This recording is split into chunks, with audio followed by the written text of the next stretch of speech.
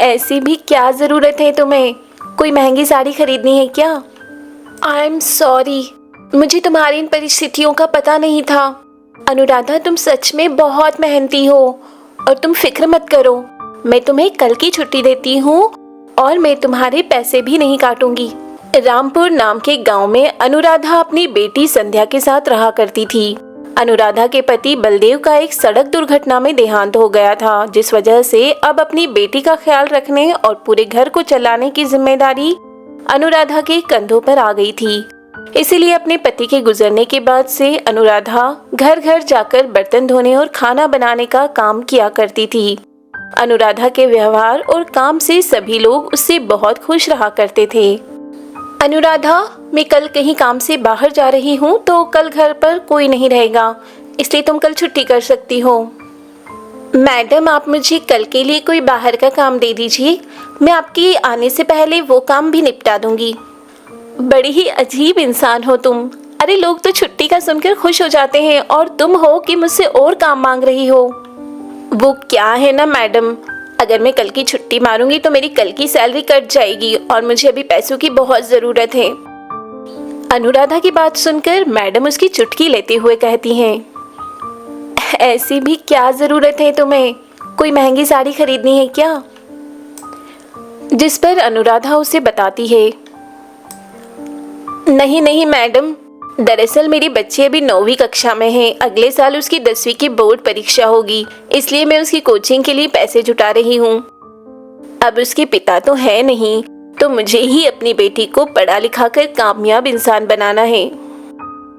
अनुराधा की बात सुनकर मैडम को अपने किए हुए मजाक का पछतावा होता है, इसलिए वह राधा से माफी मांगते हुए कहती हैं कि आई एम सॉरी, मुझे तुम्हारी इन परिस्थितियों का पता नहीं था। अनुराधा, तुम सच में बहुत मेहनती हो और तुम फिक्र मत करो। मैं तुम्हें कल की छुट्टी देती हूँ और मैं तुम्हारे पैसे भी नहीं काटूंगी।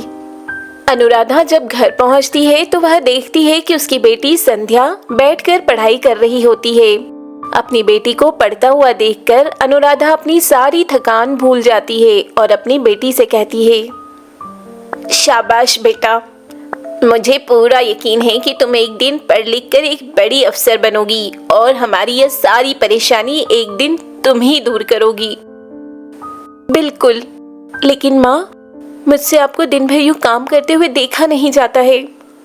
आप कहो तो मैं भी आपके साथ काम करने चलूं क्या? संध्या की बात सुनकर अनुराधा उससे नाराज होती है और उसे प्यार से समझाते हुए कहती है कि बेटा, मैंने तुझसे कहा ना कि तुम बस पढ़ाई पर ध्यान दो, बाकी सब मुझ पर छोड़ दो।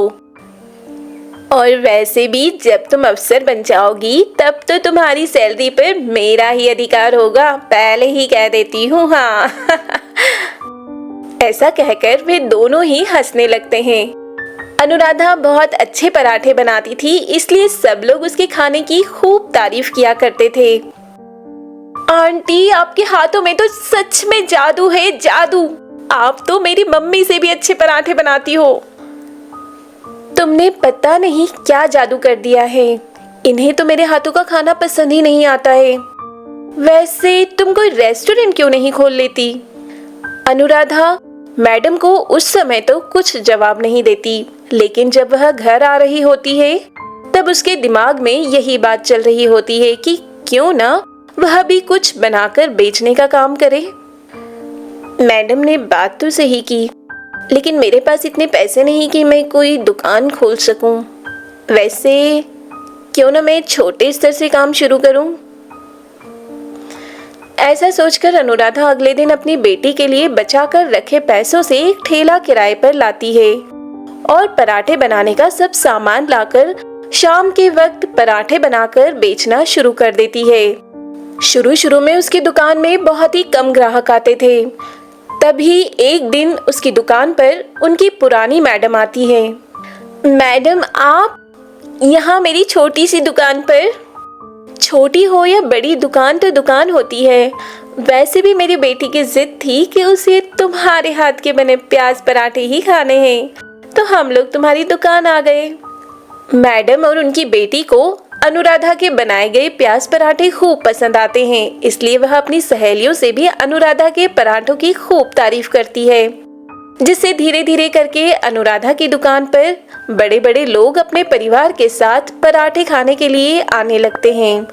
और बदलते समय के साथ अनुराधा एक छोटे से ठेले से एक बड़ा सा रेस्टोरेंट खोल लेती है।